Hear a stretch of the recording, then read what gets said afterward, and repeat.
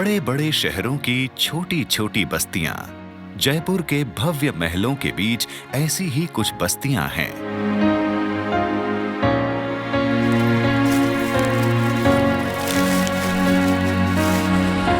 जहां बच्चे बगीचों की जगह कचरे के मैदानों में खेलते हैं। इन नन्हे पैरों ने कभी किसी पाठशाला में कदम नहीं रखा था।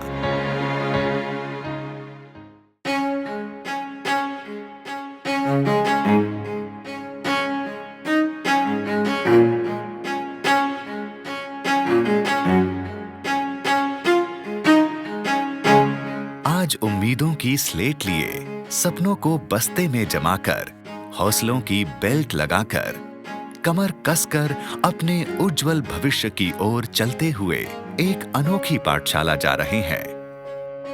एक ऐसी पाठशाला जिसके दरवाजे हर किसी के लिए हमेशा खुले हैं।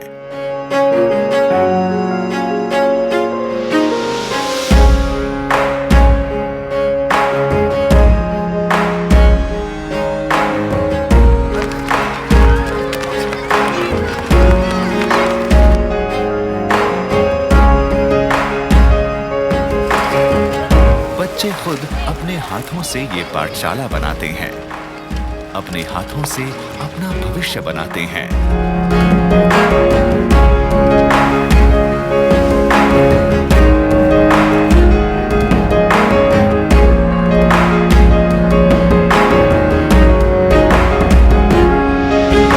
ये स्कूल जयपुर की संकरी गलियों में आपको कहीं भी मिल जाएगा। इधर प्लस का इसका फंक्शन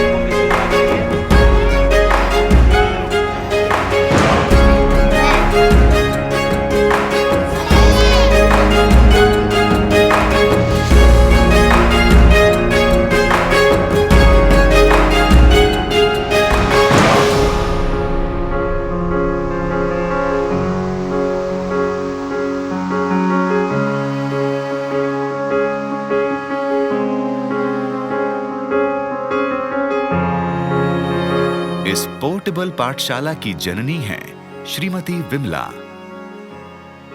वे खुद सिर्फ 8वीं पास हैं, लेकिन इन्हीं की इच्छा और प्रयास के कारण ये पाठशाला साकार हो पाई। कुछ 15 साल पहले इन्होंने अपने घर के पास बसी बस्तियों के बच्चों की देखभाल करना शुरू किया। उनको शिष्टाचार और स्वास्थ्य संबंधी बातें सिखाईं और धीरे धीरे उन्हें पढ़ाना शुरू किया।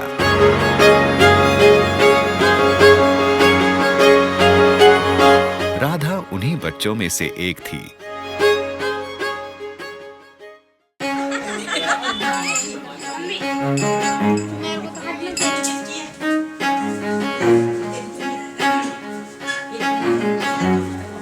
विमला जी ने इन सबको मां की तरह स्नेह और अनुशासन के साथ अपने घर में जगह दी।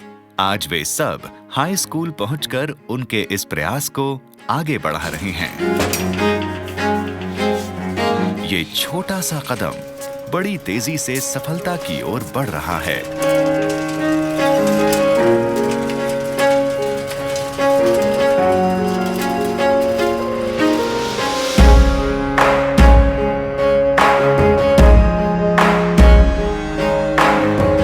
सेवा भारती ने विमला जी को पूर्ण सहयोग एवं प्रोत्साहन दिया।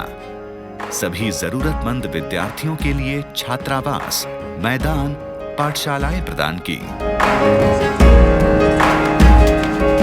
तो हमारे चाचा ऐसे बोलते हैं कि पढ़ लिख कर क्या करोगे, अब तो तुम घर में बैठो और तुम्हारी शादी कर देंगे और फिर तुम अपने घर चले जाना। पढ़ लिख कर तुमको कोई कलेक्टर तो बनना नहीं है, ना ही हमारे समाज में अभी तो कोई बना है ऐसा बड़ा।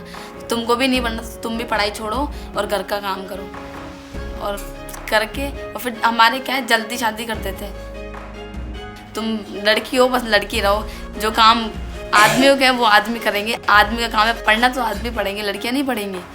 तुम बस पढ़ाई मत करो, तुम घर के चूल्हा चौका करो और उन्हीं में रह जाओ।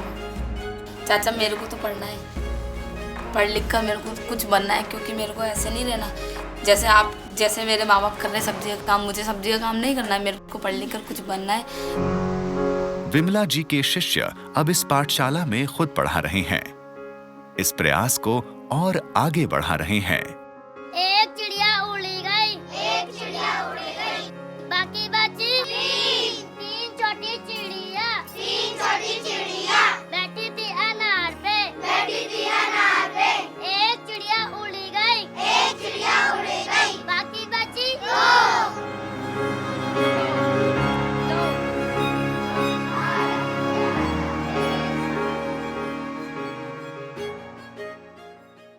जो चड्डे पहनने वाले हैं ना आरएसएस के, इनसे मेरे को ऐसे चिढ़ होती थी कि मेरे पतिदेव पूरा टाइम वहीं लगाते थे। तो मैं चिढ़ते चिढ़ते मेरे को ऐसे लगने लगा क्या ज़िंदगी है। जब शादी हुई, फिर जब प्रचारक आने लगे धन प्रकाश जी त्यागी, तो वो जब आते जब यही बात कहते कि आप ऐसी बस्ती में जाइए, आपके आसपास ऐसी बस्तियां हैं और ऐसे बच्चों को तैयार करिए। अब आपके बेटे बड़े हो गए, बहनें आ गई, अब आपको क्या करना है। तो मैंने सोचा अपन कुछ कर सकते हैं। मैं उस बस्ती में गई, मैंने देखा बच्चे ऐसे नंग धड़ंग ऐसे घूम रहे हैं। तो मैंने पहले तो बच्चों से बोलने की कोशिश करी, तो वो तो बिल्कुल बोलने में ऐसे, क्यों काइन छे तू, क्यों आई छे, काइन खे वो चाहो छे। मैं 5 बच्चों को लेके आई। उस रोज़ तो उन्होंने भेज दिया मेरे साथ। मैं बच्चों को लेके आई, नीली दरियाँ लाई, उनके लिए स्लेट और पेंसिल लेके आई। मेरा खिलौना एक बुक आती है छोटी, वो लेके आई और उनको पढ़ाने लगी। तो लखन की मम्मी कहने लग गई, अजी मारो छोरो तो छने जो अखबार फड़ मने बाँचर सुना हो जे, और थे भी भेजो था कर रबी ने जो वो भी अखबार फड़ वो जान जाए लो। और धन प्रकाश जी भाई साहब देखने के लिए आ गए। तो मैं अकेली थी, मेरे पास बच्चे झोप हो जाते थे, मैं उनको स्लेट में लिख लिख के दिया करती थी। तो धन प्रकाश जी भाई साहब दूर खड़े खड़े मेरे को देखते रहे।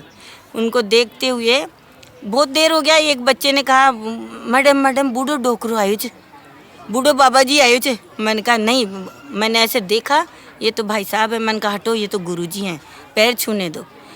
जैसे ही मैं उठी, मैंने तो सोचा उनके पैर छूं, उन्होंने मेरे पैर पकड़ लिए और इस ढंग से रोने लग गए कि वो सीन मैं आज भी याद करती हूँ तो मेरा दिल अंदर से कांप जाता है। और मैं तो अगर वो मेरे साथ ऐसे नहीं होता मैं तो ये काम नहीं कर सकती थी भैया। मैंने देखा वो तो झरझर रोने लग गए, बिल्कुल मैं हक्की बक्की रह गई। भाई साहब क्या हुआ? कुछ नहीं, मैं आपके पैर थोड़ी मैंने कहा भाई साहब ये आपने क्या किया? कि मैं आपके पैर थोड़ी छुए हैं, मैंने तो उस देवी के पैर छुए हैं जिसने ये काम कर दिखाया, मेरा जीवन धन्य कर दिया। मैं पहले समझी नहीं क्या कह रहे हैं, फिर बाद में मेरे को एहसास हुआ। तब मैंने सोचा कि जब इतने बुजुर्ग 88 साल के भाई साहब को इतनी खुशी है, वो काम चाहे कितनी भी मुसीबत हो मेरे को करना है।